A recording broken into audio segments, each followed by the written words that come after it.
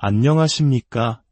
우리 삶의 깊이를 더하는 지혜의 샘, 그 중심에는 언제나 변치 않는 진리의 말씀이 자리하고 있습니다. 오늘은 우리 자신을 비추는 거울이자 우리를 정결하게 하는 물과 같은 하나님의 말씀에 대한 깊은 묵상으로 여러분을 초대합니다. 이 귀한 지혜를 주변 분들과 나누고 싶으시다면 구독과 좋아요를 통해 이 영적인 여정에 동참해주세요. 여러분의 작은 행동이 누군가에게는 큰 위로와 빛이 될 수 있습니다. 주님의 이름으로 여러분의 삶에 평안과 은혜가 가득하기를 축복합니다.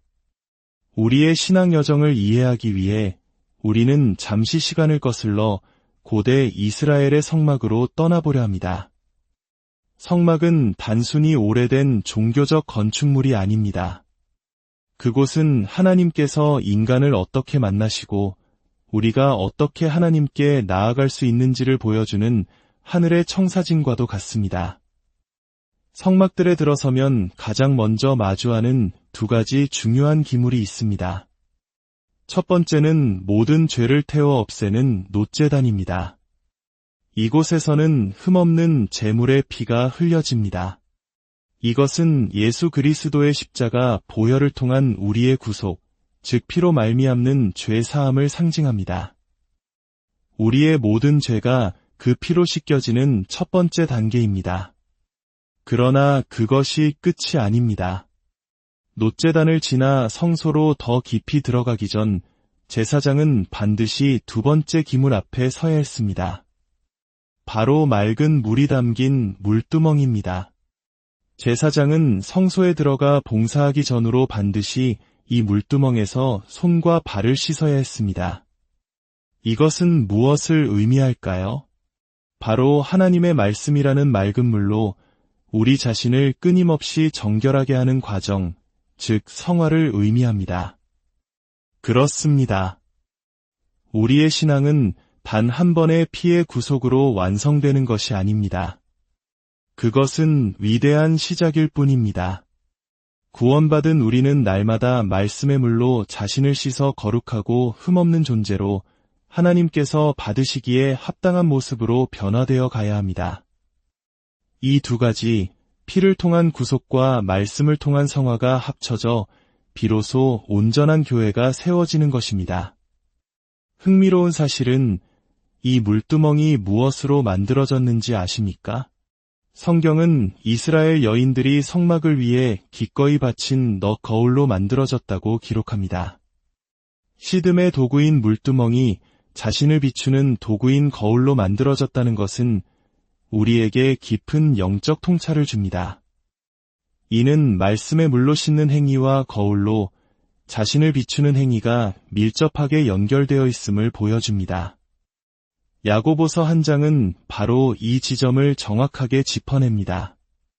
하나님의 말씀은 우리 영혼의 거울이라고 말입니다. 야고보서 한 장 23절은 이렇게 말합니다. 누구든지 말씀을 듣고 행하지 아니하면 그는 거울로 자기의 생긴 얼굴을 보는 사람과 같아서 제 자신을 보고 가서 그 모습이 어떠했는지를 곧 잊어버리거니와 상상해 보십시오. 아침에 거울을 봤습니다.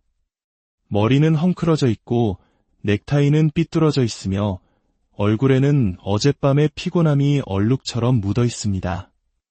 이 모든 것을 분명히 보았습니다. 하지만 거울 앞에서 돌아서는 순간 무엇을 봤는지 까맣게 잊어버리고 아무런 조치도 취하지 않은 채 그냥 하루를 시작합니다. 그렇다면 거울을 본 것이 무슨 소용이 있겠습니까? 야고보는 말합니다.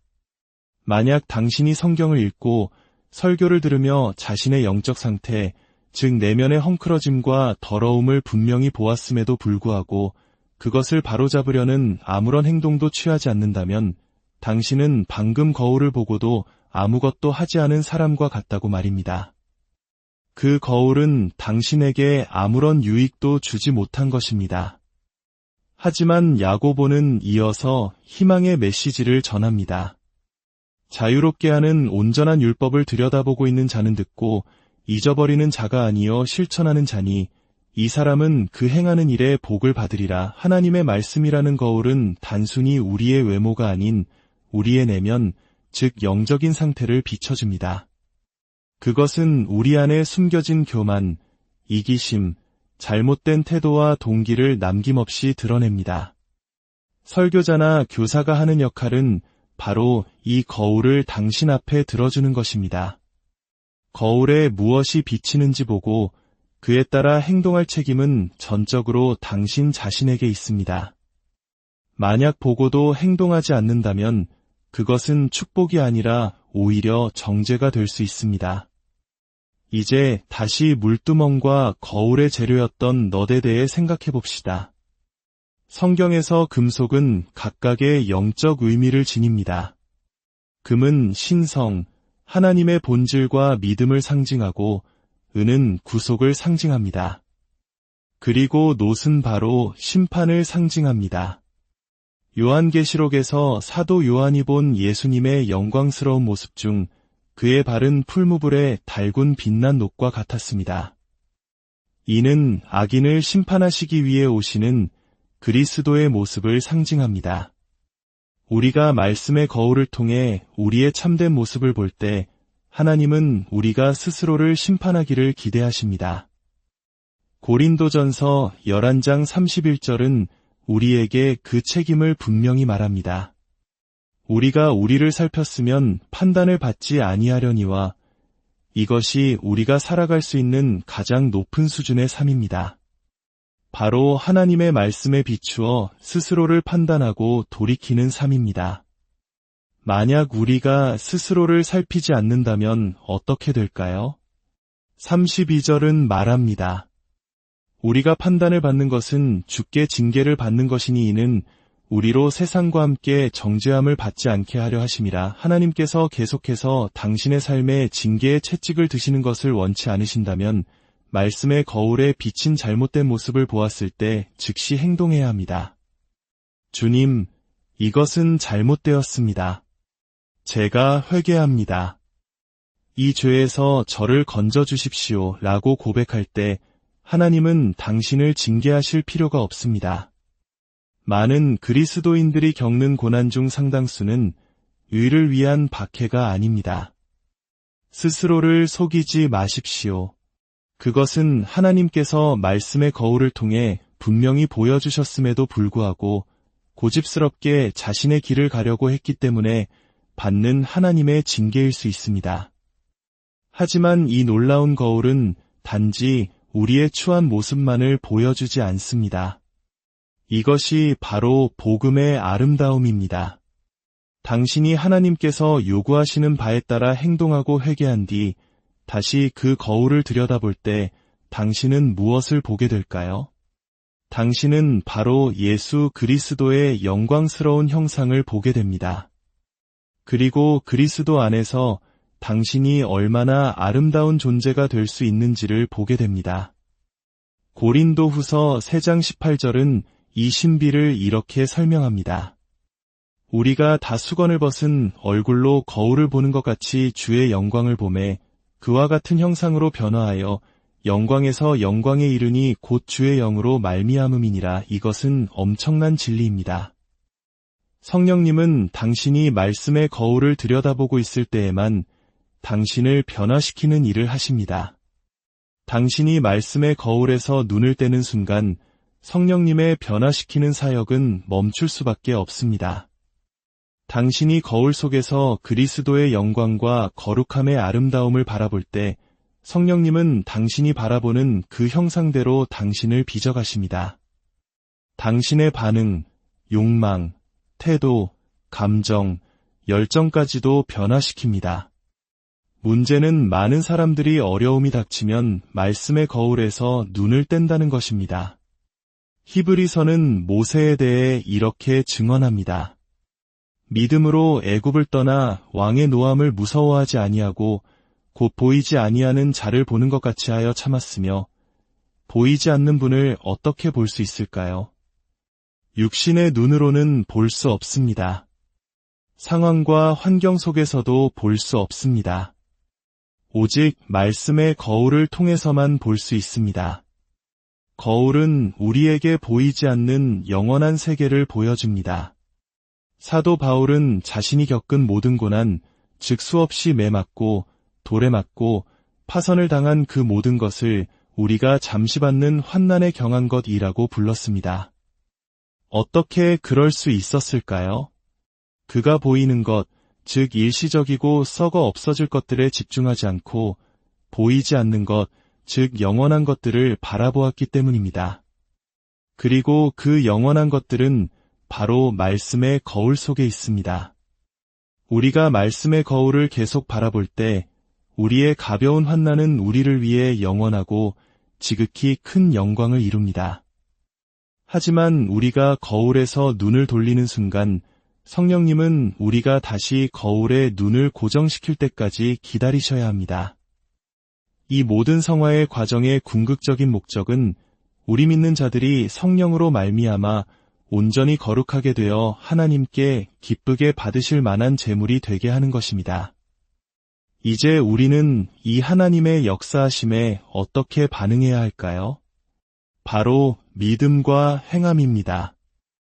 어느 시점에서는 우리의 믿음이 없이는 하나님께서 더 이상 일하실 수 없는 순간이 옵니다.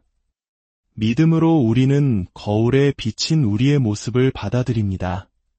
죄를 회개하고 길을 수정하며 하나님의 징계에 순종하고 말씀의 진리 안에서 빛 가운데 행합니다. 그리고 믿음으로 그리스도 안에서 우리 자신이 어떤 존재가 되었는지에 대한 아름다운 진리들을 받아들입니다. 에베소서 1장은 하나님께서 우리를 사랑하시는 아들 안에서 받아주셨다고 말합니다. 이것은 단순히 우리를 용납하신다는 의미가 아닙니다. 천사가 마리아에게 나타나 은혜를 받은 자여라고 말했을 때와 같은 단어입니다. 당신은 하나님의 특별한 은혜와 호의의 대상입니다. 이 세상에서 부모에게, 친구에게, 사회에게 거절당한 상처를 안고 살아가는 수많은 사람들이 있습니다. 그러나 당신이 그리스도 안에서 하나님께 나아올 때 당신은 온전히 받아들여진 존재가 됩니다. 당신은 하나님의 가족이며 하늘은 당신의 집입니다. 당신은 더 이상 버려진 존재가 아니라 사랑받는 자녀입니다. 로마서 8장은 말합니다. 그러므로 이제 그리스도 예수 안에 있는 자에게는 결코 정죄함이 없나니 당신은 더 이상 죄인이 아닙니다. 예수님의 피로 의롭다 하심을 얻었습니다. 이것은 마치 내가 단 한 번도 죄를 짓지 않은 것처럼 여겨주시는 것입니다. 악마조차도 흠을 찾을 수 없는 그리스도의 완전한 의로 옷 입게 된 것입니다. 이 모든 말씀의 진리를 믿음으로 받아들였다면 이제는 그것을 우리의 행동으로 살아내야 합니다. 믿음은 반드시 행함으로 번역되어야 합니다. 여기에는 두 가지 측면이 있습니다. 부정적인 측면, 즉 하지 말아야 할 것과 긍정적인 측면, 즉 해야 할 것입니다. 우리는 죄에 대하여는 죽고 하나님에 대하여는 살아나야 합니다.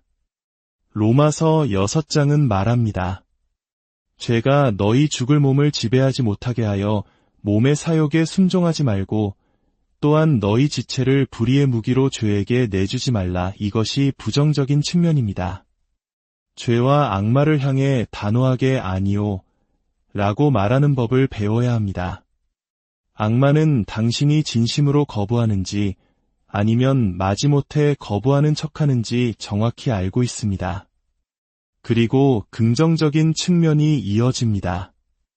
오직 너희 자신을 죽은 자 가운데서 다시 살아난 자같이 하나님께 드리며 너희 지체를 의의 무기로 하나님께 드리라. 당신의 몸과 지체를 의도적인 선택을 통해 성령님께서 다스리시도록 내어드리는 것입니다. 또한 골로새서 3장은 땅에 있는 지체를 죽이라고 말합니다. 음란과 부정과 같은 옛 습관들을 죽은 상태로 유지하라는 것입니다. 이것은 한순간에 끝나는 경험이 아닙니다. 이것이 더 이상 나를 지배하지 못할 것이다. 이것은 죽었다. 고 끊임없이 결단하며 그 죽음을 유지하는 것입니다. 그러나 죽이는 것만으로는 충분하지 않습니다. 요한일서 3장은 말합니다. 주를 향하여 이 소망을 가진 자마다 그의 깨끗하심과 같이 자기를 깨끗하게 하느니라. 우리는 말씀을 순종함으로써 우리 자신을 정화해야 합니다. 더 나아가 우리는 다른 사람들과의 관계에서도 거룩함을 지켜야 합니다. 디모데후서 2장은 교회를 큰 집에 비유하며 그 안에는 금 그릇과 은 그릇뿐만 아니라 나무 그릇과 질 그릇도 있어 귀하게 쓰는 것도 있고 천하게 쓰는 것도 있다고 말합니다. 우리 주변에는 거룩한 삶을 사는 참된 신자들도 있지만 이선자나 믿음에서 떠난 사람들도 있습니다. 성경은 분명히 말합니다. 누구든지 이런 것에서 자기를 깨끗하게 하면 귀히 쓰는 그릇이 되어 거룩하고 주인의 쓰심에 합당하며 모든 선한 일에 준비함이 되리라. 우리는 불결한 그릇들, 즉 빛 가운데 행하지 않는 자들로부터 우리 자신을 분리해야 합니다. 그리고 주를 깨끗한 마음으로 부르는 자들과 함께 의와 믿음과 사랑과 화평을 따르라고 권면합니다. 우리는 선한 것을 추구하되 반드시 올바른 동역자들과 함께해야 합니다. 이 모든 과정은 야곱이 베델에서 꾸었던 꿈에 나오는 사닥다리와 같습니다.